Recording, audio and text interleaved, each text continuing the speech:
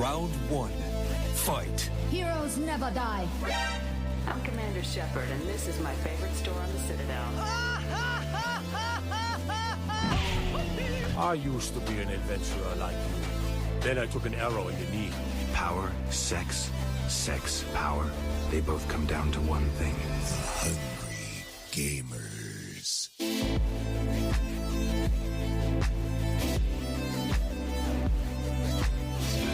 Hello, and welcome everyone to the 302nd episode of the Hungry Gamers podcast.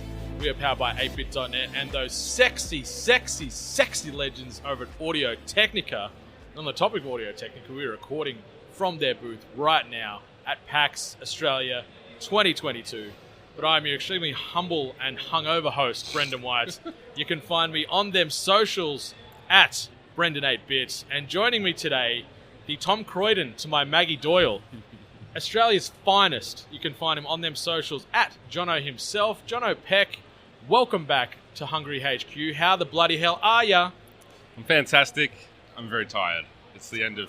We're recording this like right at the end of PAX. Yeah. Like literally I'm going to walk out of here and drive home. And I'm very tired because we've done a lot in 3 and a half days, really. Yeah. It's been a time. The energy here at PAX, at Melbourne Convention Centre, is at an all-time high, I'd imagine. After 3 years of event-starved society, everyone has turned up in droves in their sexy cosplays, their neck beards, and everything else in between. And it is rocking and rolling. Apologies to any horrible PC-based MC shouts you can hear in the back of this podcast. I don't think you hear much because, Audio-Technica, they have the best microphones and headsets in the biz. So we are cancelling a lot of that nonsense about free cheap mouse mats and notepads and pens and pins and all that paraphernalia that no one cares about. But JP, before we jump into the meat and potatoes that is our experiences here at PAX Australia 2022, I wanted to throw it over to you and get a temperature check. See, we got the Super Mario Bros. Movie trailer dropped on the eve of PAX opening. We got it Friday morning. We were all woken up to the controversy of Chris Pratt as everyone's favourite Italian plumber that has the same first and last names. We got a trailer. Went for about 2 minutes-ish, I think, if I can recall. What did you think? Are you horny for this? Are you in? Are you thumbs upping? Or are you thumbs down and you're distancing yourself from Chris Pratt and co? I'm thumbs up. I've never distanced myself from Chris Pratt. I think he's a pretty good dude. Yep. And everybody that knows him seems to think so as well. I think they're the people that matter the most. But I thought the trailer was great, and most of our Twitter audience did too. We did a poll, and I think 83 or 87% were thumbs up, gonna check it out, which is cool. I thought the animation looked really great. Yep. And Bowser was awesome, and Jack Black sounds fantastic. I didn't even recognize him, to be honest. And I don't really have any issues with the Mario voice. We heard one line, and it was a bit of a Brooklyn Sopranos accent direction that they've gone for instead of the squeaky Italian plumber stereotype. And I'm keen to see more. It's not the kind of thing that's like, for some people, I'm surprised how hard they're dying on this hill of this is going to be terrible because X actor is involved or because this X actor isn't involved. And it's like, it's Nintendo. Like, they've spent 30 years not making Mario movies because the last one was such a disaster. Yeah. They're not going to... Shout out to Bob Hopkins, John Leguizamo. Yeah, they're not going to bring it back without something that they're going to give the stamp of approval to. Like, they guard that IP pretty closely. So that's always been my thought. They've gone and spent a lot of money to get an A-list cast. And it is a cast of heavy hitters too. Like, it's not just Chris Pratt, Jack Black, and some schmoes. Like, they've got people top to bottom voicing Charlie, even sort of just little bit characters that would have cost Nintendo and Illumination a pretty penny to get on board. So, I'm with you. I'm in. I try and be a bit of a pacifist when it comes to these things. I will watch it, and then if it's bad, I will then appropriately shit-talk it. But sure, it checks the boxes for me at the moment. Throwing it over to the resident audio expert, we've got Matt here from Audio-Technica. What do you think? What's your stance on the Super Mario trailer? Have you watched it first and foremost, and are you in? I haven't seen it. I'm going to be honest. Missed it in the lead up to being on the stand for the last couple of days leading up to it. That's fair. I've seen screenshots, seen like little highlight snippets of it. I don't know. I think it's going to be fun. I know there's a lot of people who are kind of umming and ahhing, but I don't know. I think I'm in the same boat of like, I'm going to wait to see it because people are going to cut it. Like, because I've only seen cuts essentially, that I'm just like, well, I can't really judge on that anyway. So. Exactly. And it doesn't look as bad as when they first announced the Sonic the Hedgehog film, and we got that Nightmare Fuel Sonic, which then obviously got redone in the lead up to the release, and then the internet was happy. But I feel this Mario Bros. Movie will be a good time, and I'm all for it. Aaron, are you in? Thumbs up, thumbs down on the Yep, Aaron's in as well. Yeah, we're getting all kinds of validation here on this film leading up to it, and right now it's 4 for 4 in the Audio-Technica booth here at PAX Australia 2022. So I don't think there's any other news we want to cover. Let's shift focus into what the listeners are here for, and getting some boots on the ground feedback and opinions of PAX Oz 2022. Obviously, we haven't had an IRL version of this for 3 years now, so there's a nice positive feeling in the air. You know, the social distancing is out the door, masks are out the door. Ain't no one cares. Like, everyone's cuddling and sharing COVID and spit and sweat and stink and all that stuff in here, but it's not dampening any moods. Everyone is just happy to be here, it feels like. Yeah, we'll see what the case numbers are like in a week, but for now, everyone's happy. Yeah. And there's such a joy and happiness in the air about being back here and getting to see faces that we haven't seen in person for 3 years, and whether it's the quick, like, oh, hi, like, just, go up and give someone a hug, and then you don't see them again for another year. Like, you even miss those little interactions as well. So for us to just, especially with the 8-bit crew and friends of 8-bit, have had so many, like, the most memorable things that have happened here weren't even at PAX. They're just seeing people, spending time, having drinks, having food, and throwing a few inside PAX experiences too, like around the indies, and there hasn't been a lot of panel going in our group, but just, hanging around the AT booth with these cool cats. I have been to a donut equivalent of panels this year. I haven't seen any. I've heard there were some really great ones, some that were a little subpar and questionable, but I am not on the governing body at ReadPop. I cannot confirm nor deny panel access to certain people, so power to them for having a crack, but maybe research and plan it out a little accordingly is probably just my fence-based opinion there. Matt, we're going to throw it out to you again. So you haven't really had a chance to work the show floor. You've been in this booth, blood, sweat and tears, grinding it out, making audio-based magic for 3 days straight now. But when we've had a chance to sort of talk in between you working very hard and in very much need of a pay rise after the work that you've done here, what's your vibe? What's your feeling of PAX? Like, give us an exhibitor or an industry professional's point of view as how this PAX has been going so far.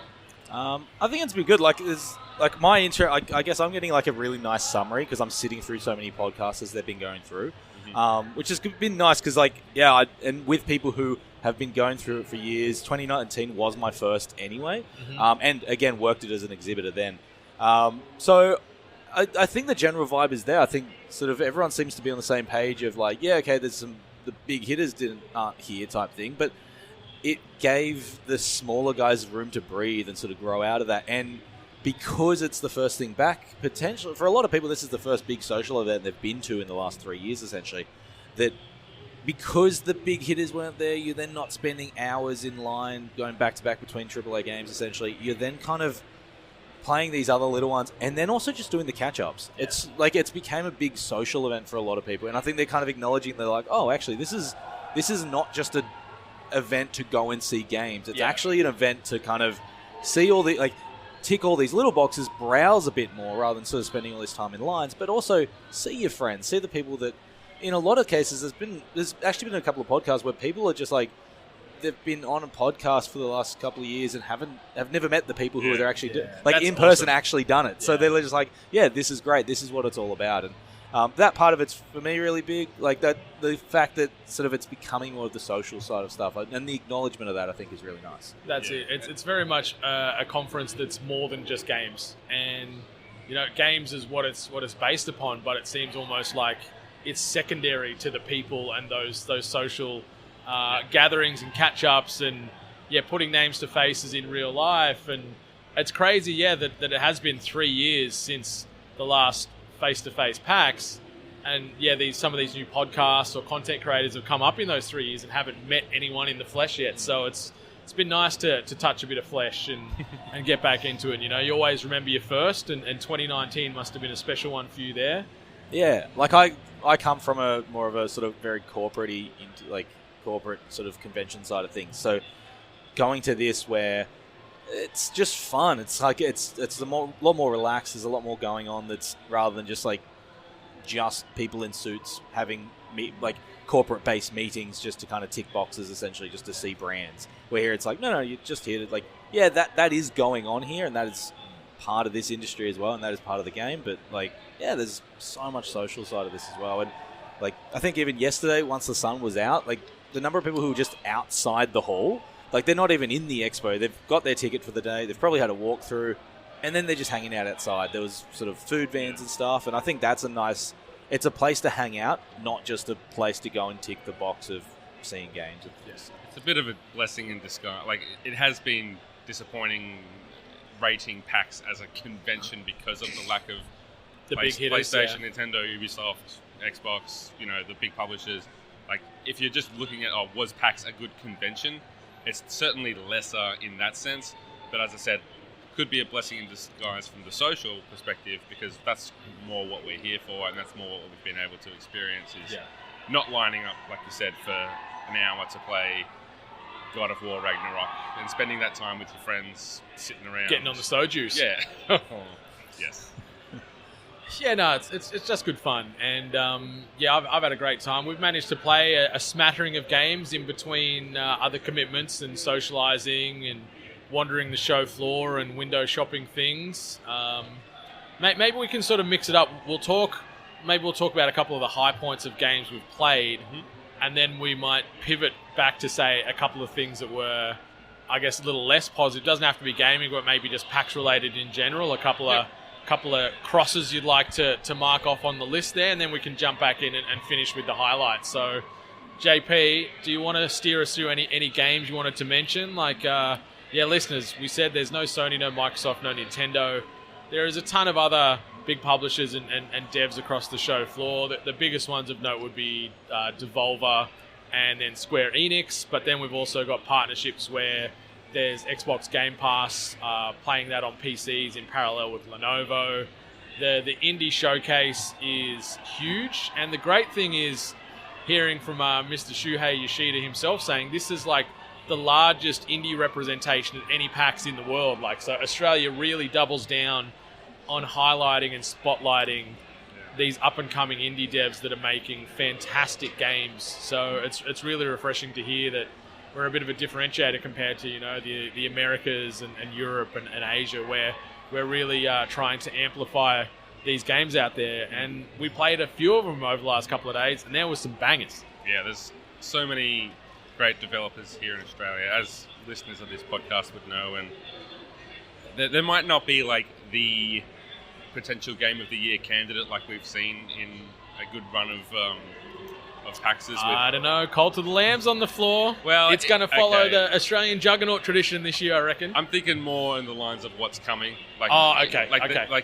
Years gone, we've had Hollow Knight, Goose Game, Unpacking, and even Fall Guys was shown. That's not an Australian game, but it was shown here before it came out, and that was obviously a massive thing. So there's nothing necessarily, at least in my mind, that I'm playing or seeing and thinking this is going to be, in everyone's top 5 games of the year.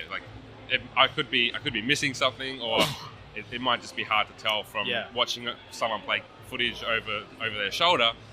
But that doesn't mean that there aren't heaps of really cool games and cool stuff out there. I didn't count or look on the PAX website to see the exact number, but you'd say there's maybe 60 different indie titles. That number That feels about right. Yeah. Could be way Which off. is impressive. Yeah. Lot of booths. Yeah, there's a lot, and there's areas with games from New Zealand. There's areas with games from Tasmania And Singapore as well. We Had saw a bit of Asian Singaporean. representation here. Yeah, and it's cool, and like so many different genres. Like there's a bunch of horror games. There's a bunch of platformers. There's heaps of throwbacks. Lots of cute games, I guess would be the genre. Yeah, Lots of cats. Yeah, we realised, I think, the current gaming kink is neon and cats. Yeah, too much neon. Yeah, Game you devs. want to catch the attention of a potential buyer, chuck some neon on there and a cat, and you've got a Game of the Year candidate. Neon cats. You got a was unit Stray, mover. wasn't it? Yeah, that was straight. There you go. But yeah, like if you want to talk about some of the stuff that we did play, I did manage to get into the Sonic the Hedgehog Frontiers. Yes, you did. Game demo on the day one. Did you go fast, JP? I went fast. Didn't go fast enough. I wanted a bit more speed in my Sonic. You're at like a brisk canter as opposed to a full-fledged sprint. You know, sometimes you're playing games and the sprint just isn't quite enough. It's not sprinty enough for you. Yeah. Anyway, Okay. I'm sure the game will speed up as you get through, but the demo was interesting just to see what type of game it's going to be. It's very like attempting to be Mario Odyssey is my thoughts with the combination of melee and platforming and some puzzles.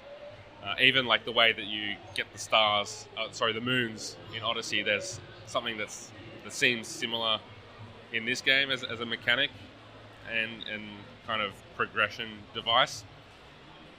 I kind of wanted a bit more complicated speed-based platforming, which there is some in there, but yeah, like I said, it just wasn't fast enough to feel like you had enough time to build momentum, because every 10 seconds it would stop you and say a box would pop up on screen to tell you how combat works, or this ability works, or this platforming interaction works, and a tutorial that just constantly interrupts you when you're trying to play a game that's based on speed, at least in the old 2D days.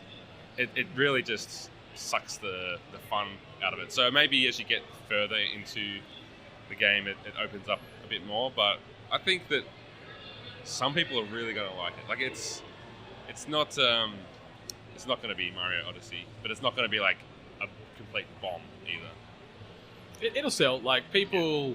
Oh yeah. People are very horny for the Blue Hedgehog these days. I met him. You too. did. I have a You photo did. with How was Sonic. he? Is he friendly? Quiet. Yeah. High-fived, but that was the That's interaction. fair. That's fair. Yeah, I'm more of a Knuckles or Tails stan myself. Like if they were there, I would have hugged them very, very passionately, because they're clearly better than the Blue Hedgehog. But yeah, it's a shame. Like people will play it. Like he's a stalwart. He's one of the big icons of the gaming space, and it seems like there's 17 Sonic the Hedgehog games in development at any given time on any given day. So yeah, it's not going to be the last entry into that universe, but that sounds fine enough. Yeah. I was unfortunate enough to not be able to play it, but I'll keep it on my radar for future. I realised that you were going to ask me for some crosses. Are we talking about games or just PAX stuff in general? In general. Okay. So we'll talk games now, and then we'll talk maybe we'll say 3 lowlights and 3 highlights. Okay. Well, I should say a game that I did really like was Gunbrella by Devolver. Well, I'm sorry, they're publishing. They're publishing. I don't know the name. I don't know of if they're the dev. developer. Yeah. So sorry to the developers of Gunbrella, but you're getting a lot of attention, so you'll be fine. But that game is really cool. Like you saw me playing it, and it has a kind of a muted pixel art style where the blood isn't like completely red. It's a desaturated kind of red. Yeah, they've put a wash across the color palette Yeah, and just it feels sort of gritty. turn that saturation down a bit.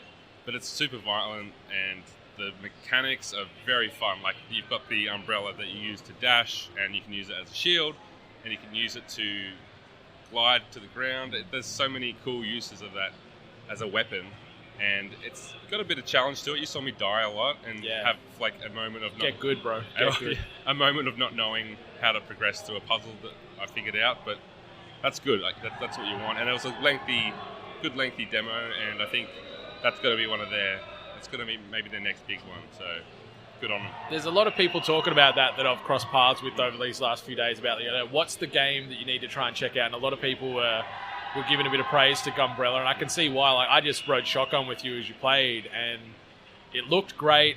It had some, like, Super Meat Boy / Celeste / Super Mario World vibes is what I kept getting.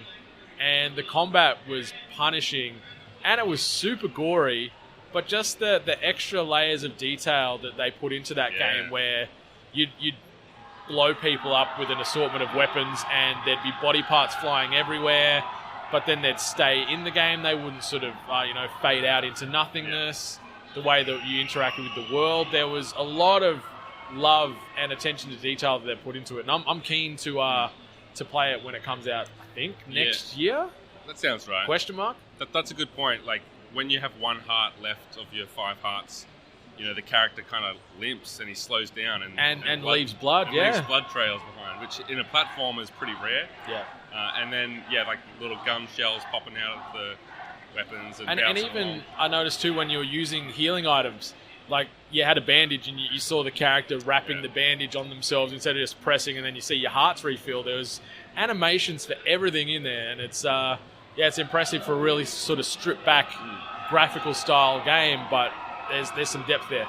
And that cheeky alligator that came after me when I thought I'd dodged him. The enemies, the aggro set on the enemies was nuts. Like, it wasn't just you moved out of the zone and then you'd cease to exist to them. It saw you and it wanted to eat you. And I've watched enough horror movies with large reptilian creatures in it, and they don't fuck around. And this one was coming for you. It wanted to turn you into luggage, but it didn't happen. No, shotgun took care of that. That's it. I'm upset you didn't say your luggage when you shot it, though. Shout out to Eraser. Have you watched the movie Eraser with Arnold Schwarzenegger? Oh, it's the best. I don't think I've seen that one. Yeah, there's a scene where he and I can't remember the actress's name. They're in a zoo and they're in like an aquarium part, and there's a battle with these baddies, and there's a heap of alligators in this big tank. The tank gets shot. They all come through, and this big alligator tries to attack Arnold Schwarzenegger. He shoots it in the face, and he's like, "Your luggage." It's the best. That sounds. It's about just right. typical Arnie. It's classic '90s Arnie. Yeah, so I'll throw this over to myself and then back to you as far as games we've been playing as well. And we both collectively jumped into the surprise announcement of THQ Nordics Alone in the Dark. Yes, obviously, this has only been in the public eye of existence for like a month. And there's a playable demo here at PAX Oz 2022. So we got to go into this little closed booth, and we were side by side on our respective gaming rigs. And we played this little prologue setting up the story for the return of Alone in the Dark, and it was cool. It was graphically very pretty. There was some creepy moments in there where they were sort of transitioning between, like a normal world and then shifted almost to like a nightmare, dreamscapey type of situation that's played out. The voice acting was pretty funky. It was set in like down in the deep south in America, somewhere in New Orleans area. And it was just a fun old time, and just having the best time with that. And I'm not sure when the game's coming out. Like, we talked to the dude out the front, the handler of the booth, and he said sometime next year, which is kind of cool for a game that didn't exist to us all until like 7 minutes ago. The fact that it's coming out next year and will be like, I don't know if I'd classify it as AAA, maybe like a AA-ish, but like, there's big publisher behind it with THQ Nordic, but it looked good, it looked creepy, it looked eerie, and I'm here for it. Embracer? It's part of Embracer Group, yeah. I don't know if THQ Nordic exists anymore, does it? They're still under there. Okay. They're still a thing. Okay. My bad. Yeah. Don't disrespect the Nordics. Yeah, okay. The Nords? The Nords. The Nordicians? I don't know. It was. I have no history with the franchise or that game at all. So, was it faithful one-for-one replicant of that original? It felt similar. Like, I haven't played those games in like a decade plus would be probably accurate. Okay. So the memory isn't that fresh on the franchise itself, but I enjoyed it for what it was. It was one of those pioneers in that survival horror genre where it was sort of punching in that space just before the Resident Evils and things came along. So it's nice to see like The Godfather make a return to the horror family there. And yeah, we didn't get enough to sort of have a full-fledged opinion of what it'll be. Yeah. But It's eerie and it's creepy, and I liked even just in that little technical demo we played, everything in the environment. Did you notice you could like bump it and things would move? There was things on the shelf where you could hit and they'd move. Creepy ass bloody toy dolls everywhere. I hate them. They're one of my biggest like heebie-jeebie things in games. Yeah. So there was a few of those that were making me a little unsettled, but yeah, there was a lot of focus on those minor details, and I was like, oh, okay. I moved that pram and it actually moved. I bumped that shelf and that fell off. And not a lot of that happens in a lot of the AAAs. They've got a pretty static environment where this thing there was everything that was movable could move. Yeah, it's one of those games with like really good and creepy sound design that's gonna give people the creeps and just have you constantly on edge about what am I going to see, but it's really your ears that are going to mess you up. You played another horror game that would be worth talking about, didn't you? I did indeed. I managed to dabble and experience a couple of spookies while I was here at PAX, which has been great. And one that probably hit me the most and is the most memorable across this whole weekend would be Dark Web Streamer by a studio based out of Adelaide called We Have Always Lived in the Forest. Haven't heard of this game or this studio until like this weekend, and I'm very happy we stumbled across them. This was the first time they actually showcased their game publicly anywhere in the world. They were at Gamescom doing some closed door meetings just to try and plan out the roadmap with the release.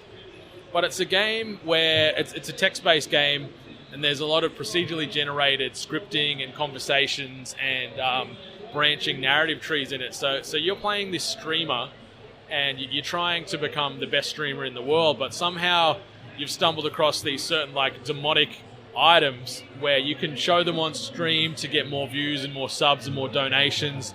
But with these items and these other supernatural occurrences that are happening, there's the higher and higher chance of you dying, and once you're dead, like that's it. So you're sort of playing almost like a one-shot simulation here where you don't know how it's going to play out, but you're jumping online on the web and buying certain other items and objects. The dark web.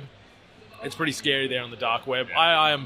I bought like some bull testicles off there and a couple of jars and a few other like herbs to try and then do a ritual to summon like demons to get my stream, pop off more and get more subs and donos. How many subs did you end up with? I think I ended up with about 20 subs by the end of it. I was averaging a healthy 45 viewers at the end, so I'm not pretty good. I'm not rivaling Ninja and Pokimane and all those types, but I'm building a platform. I don't know why streamers complain about being so hard to get numbers. I had 45 viewers after like 20 minutes. Like, lift your game, everybody. But no, it's super creepy because you're jumping between in the stream in parentheses. Then you've got like a chat function, so you can jump online and chat to friends or people you meet, and then they'll ask you for assistance on certain things. Like there was one in there that jumped in and they're like, hey, I'm having a really bad time. After we had a conversation, they're like, I've got a situation where I need $200 desperately to help this thing play out. There's family dramas.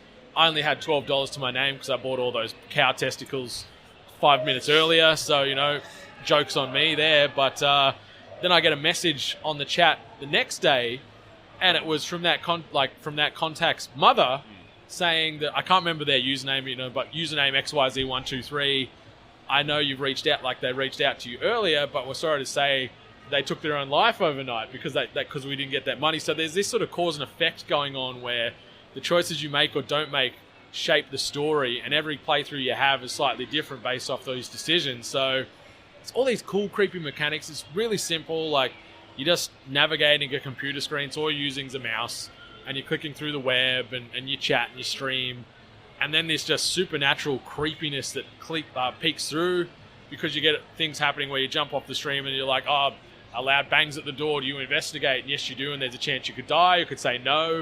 Yeah. And from there, it'll sort of branch off left or right accordingly. So it's been really fun. So I'm keen to play more Dark Web Streamer. It's apparently going to come out next year. Hopefully by Halloween. Yeah, they're hoping around Halloween because they wanted to integrate this with with an actual content creator's Twitch stream where they can take control of some of these characters and NPCs and start to sort of dictate how the game plays for you. So it's got some big potential, I think. It's really simple, but there's a lot of depth behind it. Yeah. And they went into detail telling me about this AI software they've got in the back end that's writing this thing and altering the code on the fly as far as the storyline arcs and the characters, and it's really impressive. Yeah, it's a cool idea to just have that immersive gameplay of your sitting at a computer and the UI of the screen is a computer. Yeah. And you're clicking on your emails, you're clicking on the Twitch chat, and you can write stuff in there, and you can, order stuff on Amazon or whatever the equivalent is to arrive at your house the next day. So yeah, I can see it being something that people get really into, especially streamers. Like, it's a genius move to make a game about streaming, because it's just going to get streamed everywhere. And the replayability based on all those branching narratives and different results and cause and effect means that the guy playing before you died quite early in his playthrough. It's a bad stream of that guy. and like, if that's you, you're like, okay, what am I going to do differently next time? But then you get a completely different scenario. Whereas you played for, 15 minutes or 20 minutes and didn't die at all.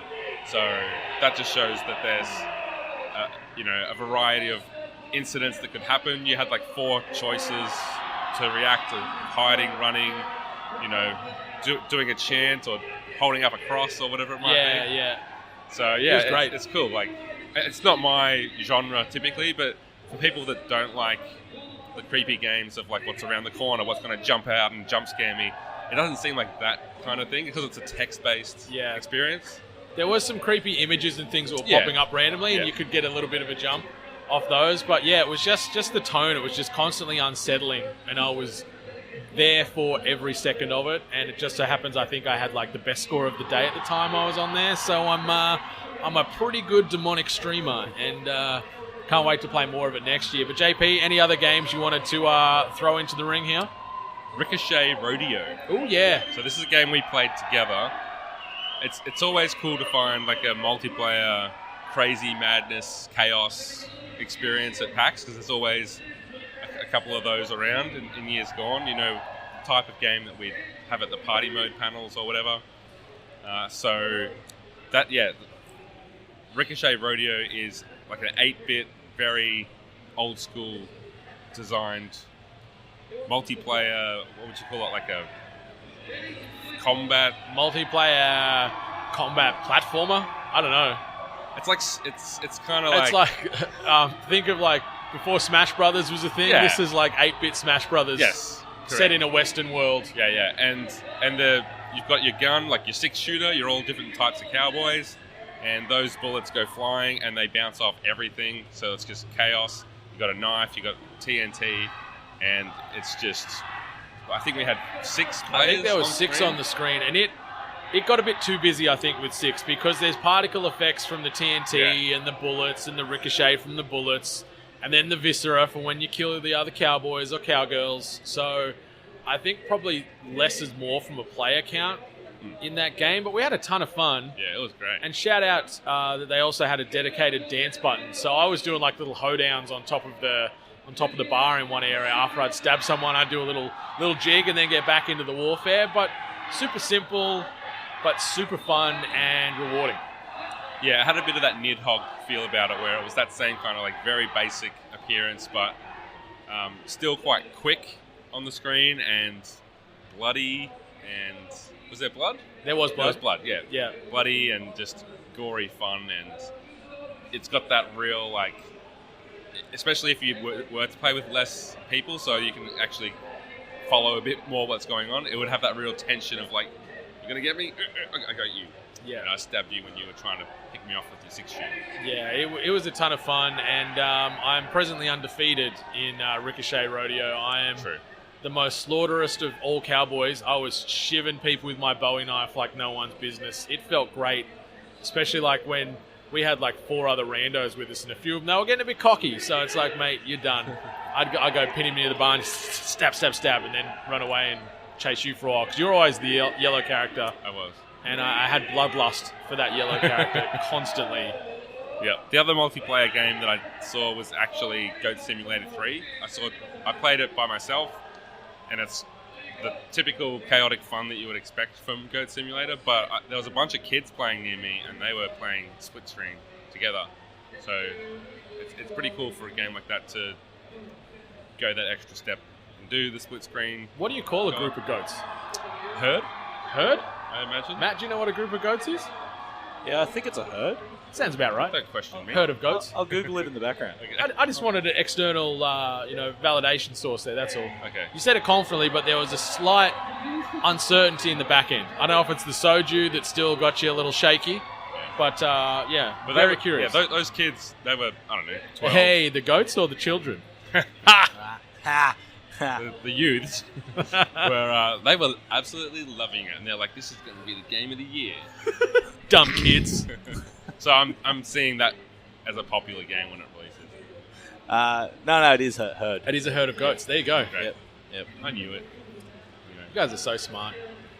Yeah, but it's madness, those Goat Simulator games. And it's that mad that, they totally abandoned the thought of going Goat Simulator 2 after the first one. They just went, we're just going to go to Goat Simulator 3 because why not? Yeah, cool. So that's what happened? Yeah. Okay, cool. Because I was sitting there going, I don't remember seeing a 2.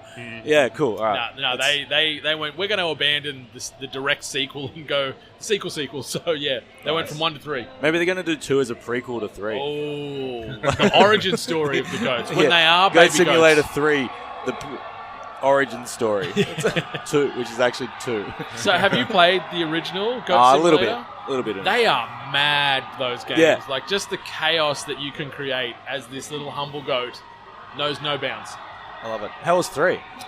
Yeah, it was wild. I was on like a farm and I had a rocket launcher, so I could shoot that rocket launcher at a pig or at a bale of hay or at a person, and it like kind of ticks, and then explodes and just yeets people in every direction. It was pretty fun. Do you think, on that farm, do you think the pig would be the primary rival to the goat? Like, if we're talking the pecking order on a farm with animals, would the goat and the pig sort of be the main nemesis of each other? Not this goat. Not this goat. This goat was the king of the farm. The humans didn't even have to stand a chance. You missed the party out of rocket launcher. Yeah. My mistake. That brings him to really high in the pecking order. There was a part where I knocked over like a barrel of oil and just started sliding around and was just covered in like head to toe black in this oil, and it just made everything just slippery and wild and sliding around, and everyone was getting caught up in it. And yeah, I don't know if that was in the first one. They've done so much DLC for that. Yeah, I haven't played it for a while, but it looks like they've come up with some new, and it actually looks pretty good. Like, it looks pretty polished, which it's a janky game still, but at least the environments are kind of photoreal. That's it, and it's a game that if you can dream it, you can do it. Just about. Like, it is absurd, the physics and the mechanics that they've got in it, and it's just good dumb fun. And the fact that they've got like co-op in it sounds absurd. I've only ever played it solo, but playing with a couple of friends or enemies or whatever would add another layer to that game. Yeah, for sure. Yeah. One I also wanted to shout out is a game called It's Only Money, and that's a game by the usual suspects. Think of like it as a Grand Theft Auto Light. I know that's probably a lazy way to describe it, but with no vehicles. There was vehicles. Can you there get is into vehicles. vehicles? Yeah. Oh, okay. Yeah. Okay. So there was a mission I had to do after you had to go to a panel where I had to go steal a car and go drive around. So is it like Simpsons Hit and Run then? It's a bit like that. It's a bit like that. So you're part of like this pseudo uprising because the government in this town are just against the common folk and the poor people and the downtrodden, and they're putting all the poverty-stricken people and the non-high rollers pretty much down in the sewers, and you're trying to rise up and take down this evil corporation that's obviously disrespecting society. So there's various quest lines and offshoots and just general insanity. So think of like a GTA, like, baby's first GTA. It's a smaller scale game. The map itself was pretty big, but it was super smooth. The combat's really simple. It was just melee based. There is objects you can pick up and use as well, but there's no like guns from what I could see. Sadly, I couldn't find any hookers to sleep within the car after I stole it, so that fantasy's got to wait for another day. But overall, It's Only Money was super fun, really polished. They've been working on the game for 3 years now. A lot of these games we've found have either like commenced off the back of COVID, and studios have come up off the back of that, and they've just worked through from there. But yeah, It's Only Money is really great. And the last game I wanted to shout out is done by Toybox Games, and that's Primordial Legends Hollow Hero. So this is a game that popped up on the socials maybe a month ago was sort of like the global, like, hello, here we are. And it was the whole wordage of, combat wombat. And everyone was like, what? I want to be a wombat and kick nature's ass. So it's the wombat god of war is what they're saying. Yeah. PAX. Yeah. So I got to play a 15-minute demo of that today, and we had a good chat to some of the development team there at Toy Box Games. Seven guys been working on this throughout the pandemic, and it looks stunning. It's just about one of the best looking games from a graphical, like, impressiveness standpoint on the show floor in the indie area. The lighting, they're building it through Unreal Engine 5, which is a bit of a differentiator there for that indie space as well. And it was gorgeous. The combat was nice and simplistic. There was some sort of puzzle elements and some traversing with jumping and moving around like that. I only got 15 minutes, but the demo is great. They were saying the game is going to be part of like a broader universe where this game entry might be somewhere in the realm of 3 to 4 hours, but they're looking to then build off that and bring in other heroes outside of the humble female wombat there. But it was very impressive, and I really enjoyed my time with that one. Yeah, it was cool to see a game on the floor where there's such a variety of random art approaches, and that's one of the cool things about the indies is the amount of hand-drawn and just cool different animated styles. And then it's almost like the photoreal game is the one that's the odd one out, really. 100%. And it is photoreal. Like they've used Unreal 5 to do those hair simulations on the wombat, and there was not a splash of neon or a cat anywhere in sight of Primordial Legends. It's a breath of fresh air. Yeah, but it was really great, and the game was completely voiced as well, so there was voice actors in there. The soundtrack was great. Like Tyson was telling me, they've got a full-time sound engineer that's working not only from the music side of it, but also working with a lot of contracted voice work operators as well, and it's impressive. I think it'll continue to get a lot of press here locally, but also abroad, because it's very unique. And God of War with wombats is a very apt descriptor. Some cool mechanics in there too. Like, obviously you're playing a wombat that's bipedal, but it has like a weapon. What is it? It's like a big club. But it can go underground and dig underground, and kind of like the old gopher on Winnie the Pooh, and just kind of like go through and go underneath objects and come up with and use that mechanic to refill your supply of rocks. Yeah, which you can use as a projectile. So it's the really cool. The combat was fine. There was like a light and a heavy attack, a block as well. Yeah. And the cool thing with the block abilities, if there is projectiles coming towards you, if you time the parry, you can redirect that attack or thing that's coming at you back at its origin point, so you can do damage to the environment or the enemies that are trying to take you down. So super fun. I'm excited to see that they're planning PC release next year, trying to also do console, but not sure if that'll be released in parallel or sort of a few months later. Yeah. Very cool. Yeah, so that's the games we've been playing. Maybe we can start sort of focusing on a bit of a wrap up, put a bow on PAX as a whole. Let's start. We'll get some negativities out of the way. Give me a couple of low points or sort of things that you enjoyed least about PAX. That doesn't have to be tied to a game or an experience. You can say the hangover you had this morning could have been one of those things, because there was many of those around on the show floor today. So Brendan making me stay out later than I wanted to was probably one of those frustrations. I do not apologise. I wanted to go home at 1. We went home at 3. And aside from that, I mentioned it before, but just the lack of AAA. Like, we all love our indies, but it's also one of the cool things about PAX has been that first look at Final Fantasy VII Remake, or that first look at Marvel Avengers, or whatever it is. And that's been a cool thing to get around, play Days Gone, play those kinds of experiences that you know that you're going to be looking forward to, and definitely pick up that game when it comes out. And it adds a bit of pizzazz to the convention. They always have a really cool display, and a big booth, and not having Nintendo and Sony and Xbox, not to mention the other publishers that are often here, has made it seem like the convention's just smaller. There's less to see. Yeah. You walk around. There's a big thing you do here is just walk around. And when you're walking around and you're just looking at indies, even though there's a lot to see and a lot to discover, it feels like you could get through everything that you want to in one day if you really wanted to. Yeah. And that's probably been the biggest difference this year, for me at least.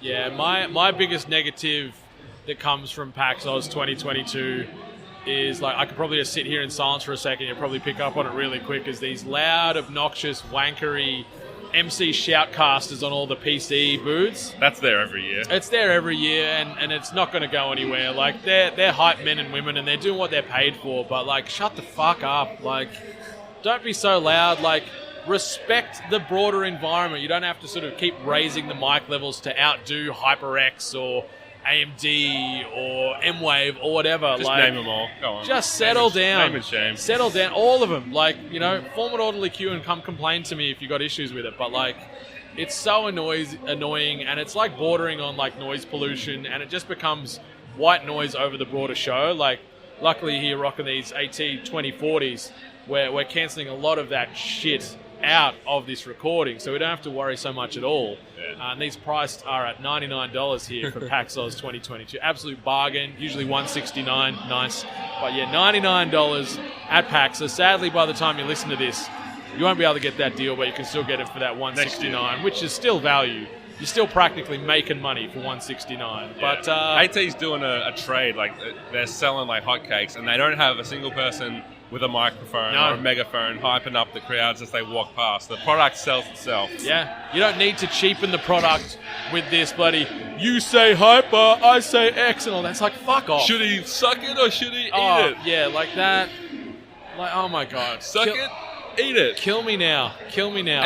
And let's just drill everyone that's involved with this, because the consumers are the ones that are like, yeah, me. Throw the mouse pad in my direction like it's going to change your life. You're part of the problem when you're getting excited for, like, cheap-ass knickknacks that are either going to break tomorrow or you're never going to use them. But just society loves free things. No matter how bad it is, they're like, yeah, that's free. I want it. Give it to me. Matt, what's been the biggest negative for you of PAX Oz 2022? Air your grievances. You're right. The big speaker guys. I don't know. I enjoy that. I get it's part of the game. I did kind of get a bit of a laugh. I saw one before that, like, tried to hype up to a crowd, no response. And I was just like, whoa, that's pretty funny. Yeah, I don't know. I don't have a lot. My biggest grievances are around, like, not being able to participate, I guess. Like, so we spoke about it in the game chain earlier, and, like, sort of Callum sort of made the same comments because he's doing so much with the Gen Oz stuff. He's like, he played no games this entire weekend. So there's a lot of that. Like, I'm very much, like, being part of it, involved. I'm here. Played working. I'm working. I'm working. Like, that's the thing at the end of the day. Like, it's here working and stuff like that. It's downside. You hear all the hype and stuff like that. But other than that, like, I like what it became. Like, the extra space, and I can understand the grievances of not having the big stands and stuff here. But I think what happened because of that might outweigh that. Like the pros outweigh the cons of that. Like, next year will be different. I think they'll be back next year because there's less trepidation about people coming in. I think it wasn't them just kind of going, we don't want to be a part of it. I think it was definitely like, is this actually going to, when we're committing our finances, is it going to be part of this? That's it. It's a bit of a temperature check to see if PAX is still relevant here from a local level. Yeah. But it's just a shame that it's become a PC trade show floor almost. Like, every PC vendor from a peripheral to a full-fledged hardware level are all here peddling their wares, and that's great. But, like, I would have loved to have seen a few more studios have representation. Like, Bethesda's got a thing, but that's off-site at another location. But it would have been nice to have that big booth set up here instead of having to sort of break away from PAX and go for a wander to another bar to sort of see what they had going on. See no real Ubisoft representation. They had some closed-door stuff with Skull and Bones available. But, yeah, if we had a couple of the other bigger parties out there representing here, it would have made a nice difference. But I like that it is open and spread out. It doesn't feel as suffocating as it has been at previous PAX, except when you're trying to break through one of those hype crowds when the mice mats are flying. But, it's a good time here. I pluralized it. I don't know, It's just weird. It's call, a weird. to call multiple mouses mice when you're talking about a computer. Yeah. Grammatically, you're correct. It just sounds funny. Yeah. I'm looking for some mice. I need 5 mice. Yeah. I'm setting up 3 PCs, so I need some mice. I need 3 mice mats, please. Stat.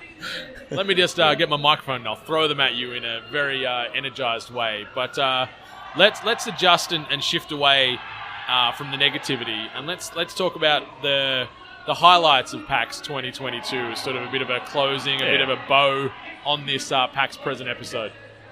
Yeah, I mean, I got to see Shuhei Yoshida at his story time, which was just really cool because he's such an icon in the PlayStation world, and that being like my very first entry into the games industry as a fan was through PlayStation and things like Podcast Beyond, which he's part of the lore on. So just to see him and hear him talk about leading the indie initiative with PlayStation was really cool. He wasn't dropping any bombshells about their strategy or anything. It was just his thoughts about, the indie scene in Australia and how PlayStation wants to bring that focus back about indies that they once had and have kind of lost to. Obviously, the Switch became the big thing as the Vita faded out, and now with Game Pass, Microsoft has become quite a mecca for a lot of indies getting exposure. So, yeah, PlayStation's refocus on supporting indies and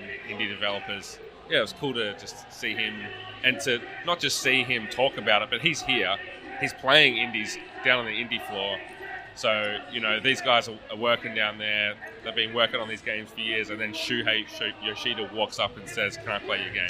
That's pretty cool that he's here. And then he highlights them all on his social platforms as well. So they're getting so more eyes on their potential product that they wouldn't have got without him being here. So it is really nice to see that he has a genuine love and care for the games and especially the indie industry, because he's doing what he can to spotlight as many titles as possible.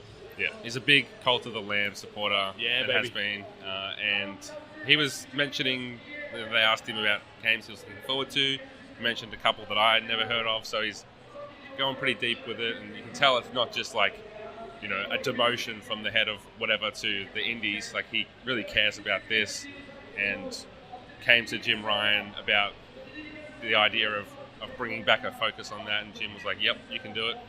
So he's the right man for the job, I think. Yeah, his favourite game is Journey, he said, when asked about, just his likes and whatnot. So I think if that gives you a good idea of the kinds of experiences that hopefully we can see on PlayStation again.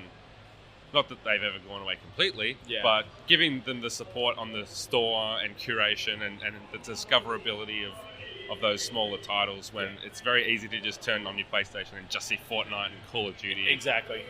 That's one thing in the great console wars and the Sony v Xbox situation. That's one thing that Xbox have really done well over the years, and it's nice to see Sony trying to get to that level and then ascend past that. So we hope that is the case, because rising tide raises many ships, as they say, and Shu at the forefront is great for everybody involved. Yeah. Any other positives? Just seeing NATO and people like that, hanging out with forgot. Jack. I should have put that down as a low light. Just, the old 8-bit crew. It's always good. Hanging out, seeing the AT boys, just good times. It's, like I said at the start, like the blessing in disguise of the maybe lack of things to do here has just been that we can focus on really the real reason that we're all here, which is to hang out again and see everyone. And, there's people that couldn't make it, that we miss, wish that they were here too. Shout out to all you guys, you know who you are. But next year maybe, or the year after maybe. Yeah. But, yeah.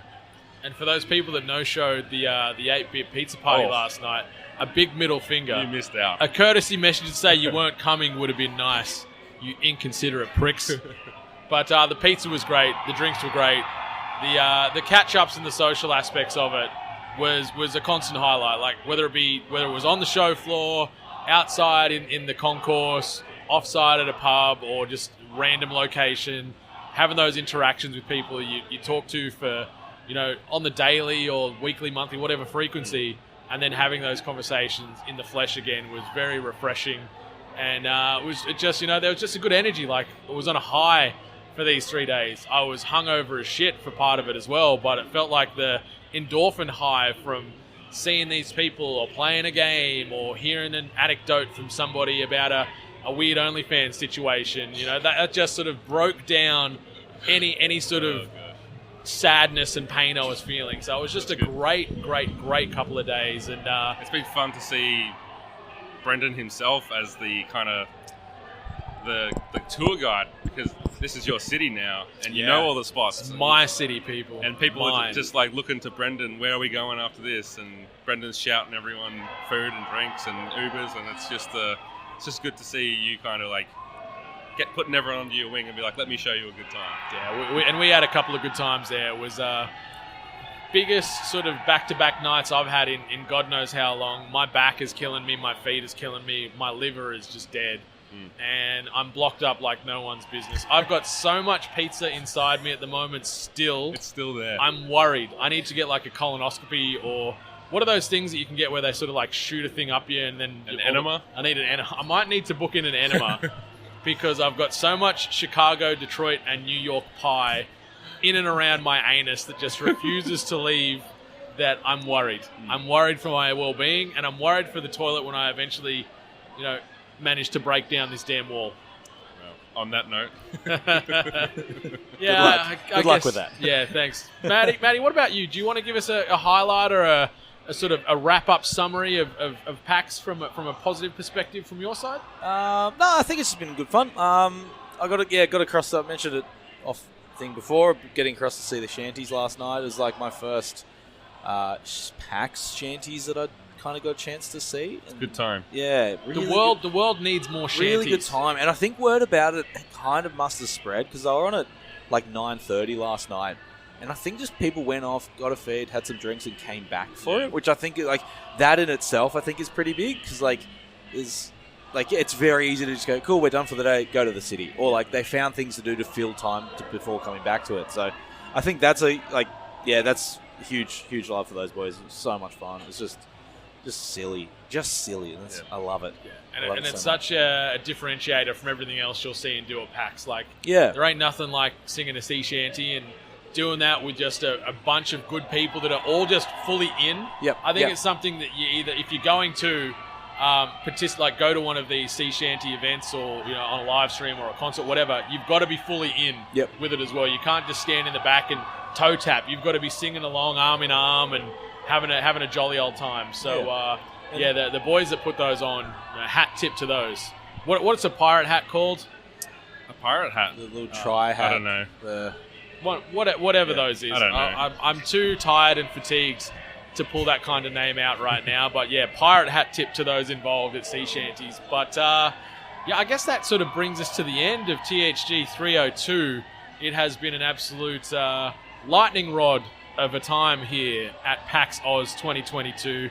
Just wanted to obviously thank those fantastic, sexy legends at Audio-Technica. You can upgrade your audio-based game over at Audio-Technica.com. We're talking in-ear, over-ear, we're talking wired, Bluetooth. You want to upgrade your turntable game, you've got some sexy vinyl.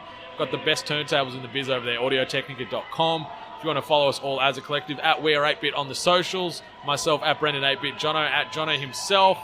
But be sure to rate, subscribe us and all the other podcasts you listen to on the regular. Those ratings and reviews help keep the emotional lights on in our hearts, keeps us tracking, keeps us relevant, takes no time, costs no money, and means the world to us.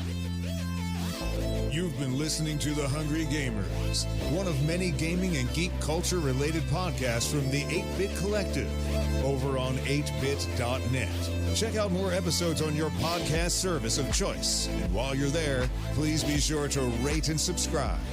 Until next time, boys and girls, stay hungry.